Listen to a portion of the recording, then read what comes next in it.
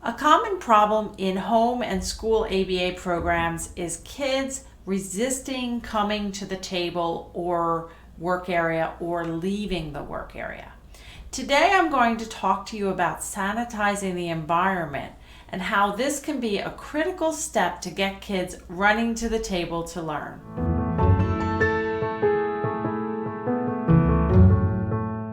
Hi, I'm Dr. Mary Barbera, autism mom, board-certified behavior analyst, and best-selling author. Each week I provide you with some of my ideas about turning autism around. So if you haven't subscribed to my YouTube channel, hit the subscribe button and notification bell right now.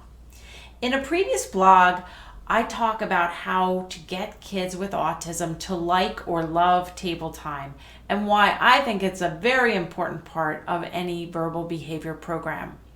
Today I'm going to talk about sanitizing the environment so you can achieve the most learning for your child or clients when they are at the table. One of the first steps in starting a home ABA program is selecting a room or a corner of a room where we can do intensive teaching. When Lucas was 3 years old, we used our basement as his therapy room. At that time, we were doing a LOVAS type ABA program and not a verbal behavior approach program, so we had toys laid around the room. And in between tasks at the table, we would tell Lucas to go play. And since he didn't really have any play skills, he would essentially go and stim with a toy while we did our data. And when he went to go play, he was essentially leaving us and all the learning materials and being on his own. Using a verbal behavior approach is very different. We as the instructors want to be the giver of all good things, and we want to be a part of not only the instruction period, but we want to be a part of that reinforcement period too. And one of the most important steps is in switching to a verbal behavior approach is to sanitize the environment. So instead of picking a messy playroom like we had with my basement situation, we want to choose a room or a space with actually limited distractions. If possible, you may need to gate the room or close the door to prevent children from going into more distracting play areas where they could stim.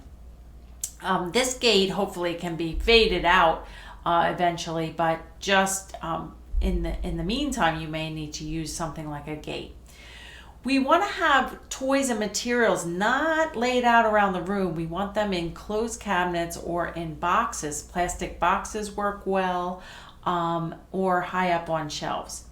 At the beginning of the session, we want to bring reinforcement to the table, and we want to bring the activities to the table, either one at a time from the cabinet, or bring the whole box over, or have a rolly bin with some of the activities in it, and we want to bring that along to the table. So basically, the only thing in the room are you and the toys and the reinforcements which are at the table. I also, which I think I talk about in the other blog, is I don't like to use the word work for children with autism. Instead, I want to call the table like the learning table, or I just want to label the activity. Hey, come on over, we're going to do some Play-Doh. And as I have the Play-Doh out, and the child should be coming because of all the reinforcement we have at the table.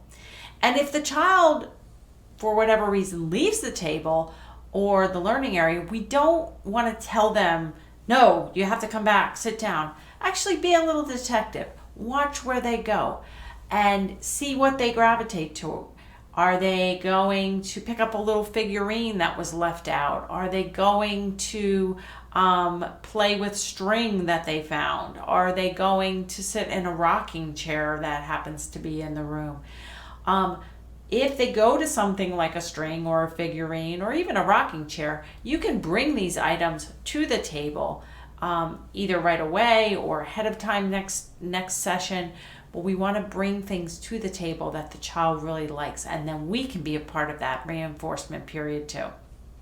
At school, It may be a little harder to sanitize the environment, but school staff can work together to identify distractions and highly reinforcing items that should be brought to the table before a session if possible for each individual student.